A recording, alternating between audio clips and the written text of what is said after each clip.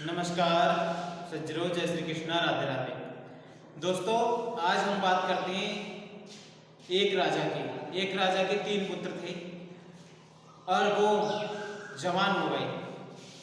तो वो अपने पुत्रों को राज्य देना चाहता था, लेकिन राजा ये निर्णय नहीं कर पा रहा था कि मैं इन तीनों में से किसे राज्य दूं। राजा ने अपने पुत्रों की परीक्षा के लिए उन तीनों को एक रोज अपने सामने बुलाया और पहले पुत्र से कहा, अपने तीनों पुत्रों से कहा कि आप तीनों पिछले 3 वर्षों में कोई ऐसे महान कार्य को बताओ जो कि आपके द्वारा किया गया है। तो राजा के पहले बेटे ने कहा कि पिताजी, पिछले 3 वर्षों से मैंने एक बड़ा महान काम किया था, जो किया था कि एक नगर का धनवान व्यक्ति मुझे सारे गहने बगैर गिने, बगैर तोले, बगैर किसी गिनती के, बगैर किसी प्रकार नाप तोल के मुझे सौंप गया और तीर्थ यात्रा पर चला गया।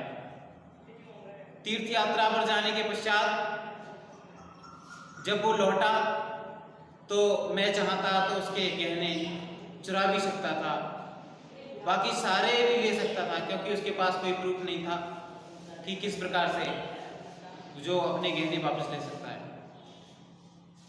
तो मैं सारे गहने हड़प भी सकता था, लेकिन नहीं, मैंने ऐसा नहीं किया, उसके सारे गहने वापस लौटा दिए। तो राजा ने कहा, बेटे एक बात बताओ, यदि आप उसके गहने में से कुछ गहने चुराकर अपने पास रख लेते तो क्या आपकी बुद्धि या आपका मन विचलित नहीं होता? क्या चोरी के कारण आपके मन पर दबाव नहीं आता? या आपको जरा भय नहीं लगता या डर नहीं लगता? तो उसके बेटे ने कहा, जी पिताजी, डर भी लगता और भय भी लगता और मेरे मन को अपने आप से गिलानी भी होती। तो उसके पिता ने कहा, देखो बेटे, ये तुमने अपनी गिलानी से बचने के लिए काम किया था, ये कोई परोपकार नहीं होता, ये कोई परोपकार नहीं है। राजा ने अपने दूसरे बेटे से पूछा तो उसने बताया कि मैं एक समय जंगल में जा रहा था। तो जंगल में जा रहा था तो एक तालाब में एक व्यक्ति डूब रहा था। उस व्यक्ति ने उस राजा के लड़के को आवाज दी कि मुझे बचाओ। तो उस राजा के लड़के ने उस व्यक्ति को बचा लिया और नदी से बाहर निकाल लिया। तो वे राजा का लड़का कहता है कि अगर मैं चाहता तो उसकी आवाज अनसुनी भी कर सकता था, लेकिन नहीं, मैंने उसकी जान बचाई, तो ये मैंने परोपकार किया। तो राजा उसकी बात सुनकर भी संतुष्ट नहीं हुआ। राजा ने कहा, हे पुत्र, यदि तुम उसकी जान ना भी बचाते तो क्या अपने मन को उसकी मृत्यु का कारण नहीं समझते? अपने आप को उसकी मृत्यु का कारण नहीं समझते?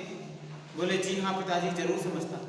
तो बेटे, कहाँ आपने परोपकार किया? आपने तो अपने मन को गलती करने से बचाया, आपने परोपकार किया, ये भी आपका परोपकार नहीं। तीसरे बेटे ने कहा, पिताजी, एक समय की बात है, मैं वन में जा रहा था घोड़े पर सवार होकर के। तो एक पहाड़ की चट्टान पर एक व्यक्ति सो रहा था और वो इस प्रकार से सोया हुआ था, अगर जरा सी भी करवट लेता तो वो खाई में गिर पड़ता, लेकिन सोया हुआ था नींद में।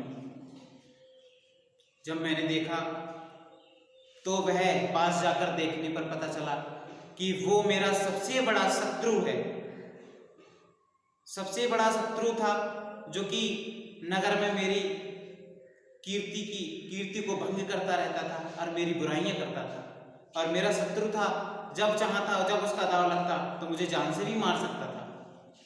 अगर मैं चाहता तो उसने मुझे आवाज भी नहीं दी थी और उसने बिना जगाए में चला जाता, लेकिन मैंने उसे उठा करके उसे बचा लिया, तो ये परोपकार किया। राजा तीनों पुत्रों की बात सुनकर, तीसरे पुत्र की बात सुनकर बोला, बेटे, आप उन दोनों से कुछ अच्छे हो, कुछ ऊंचे हो, लेकिन ये भी परोपकार नहीं। क्या आप कभी अपने आप को माफ कर पाते? यदि वो व्यक्ति मर जाता तो क्या आप अपने आप को कभी माफ कर पाते? आपको लगता कि मेरी वजह से वो व्यक्ति मरा है, तो आपने इससे बचने के लिए उसे बचाया, आपने ये भी परोपकार नहीं किया। लगता है मुझे अपने राज्य लेने के लिए कहीं और बाहर दूसरे शहर में जाना पड़ेगा और योग्य पुरुष को राज्य देना होगा।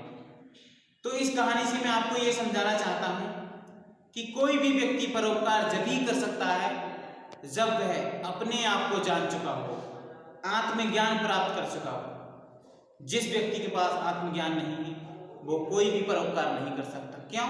क्योंकि आत्मज्ञान के जाने बिना परोपकार हो ही नहीं सकता। तो सज्जनों, आशा करता हूं ये बात आपको समझ में आ गई होगी और अगली वीडियो को जानने के लिए, देखने के लिए हमारे चैनल को सब्सक्राइब करें, लाइक करें और कमेंट करके बताएं कि आपको ये वीडियो कैसी लगी। और परोपकार करने के लिए, जानने के लिए, आत्मज्ञान कैसे प्राप्त करने के लिए बने रहिए हमारे चैनल पर। नेक्स्ट वीडियो हम डालेंगे। नमस्कार, जय श्री कृष्ण।